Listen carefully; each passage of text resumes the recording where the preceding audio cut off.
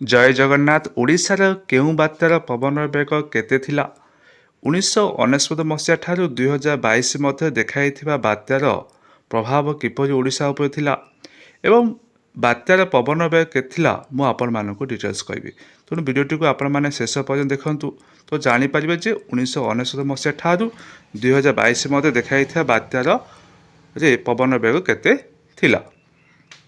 देखନ୍ତୁ 1999 मसीहा महाबात्यारे पवन बेग घंटा प्रति 267 किलोमीटर होता।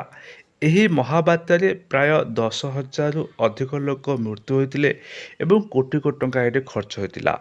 ତେଣୁ ଓଡ଼ିଶାରେ ସବୁଠୁ ବଡ଼ ମହାବାତ୍ୟା ହେଉଛି 1999। ଦେଖନ୍ତୁ ତାପରେ ରହିଛି 2013ରେ ଫାଇଲିନ୍ ବାତ୍ୟାରେ ପବନର ବେଗ ଘଣ୍ଟା ପ୍ରତି 240 କିଲୋମିଟର ରହିଥିଲା। ସେହିପରି 2014ରେ ହୁଡ଼ୁହୁଡ଼ୁ ବାତ୍ୟାରେ ପବନର ବେଗ ଘଣ୍ଟା ପ୍ରତି 145 କିଲୋମିଟର ରହିଥିଲା। ଯଦି ଆମେ ନଜର ପକାଇବା 2016ରେ ତିତଲି ମହାବାତ୍ୟାରେ ପବନର ବେଗ ଘଣ୍ଟା ପ୍ରତି 110 କିଲୋମିଟର ରହିଥିଲା। ସେହିପରି 2018ରେ ଦେଖାଯାଇଥିବା ଡାଏ ବାତ୍ୟାରେ ପବନର ବେଗ ଘଣ୍ଟା ପ୍ରତି 70 କିଲୋମିଟର ରହିଥିଲା।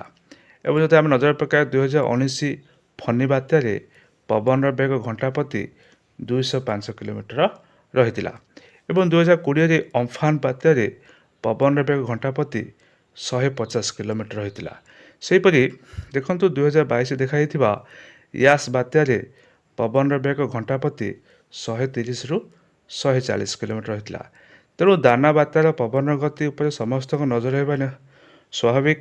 ତେଣୁ ପୂର୍ବାନୁମାନ କରାଯାଇଛି ଯେ 100ରୁ 120 ଭିତରେ ପବନ ବେଗ ରହିବ।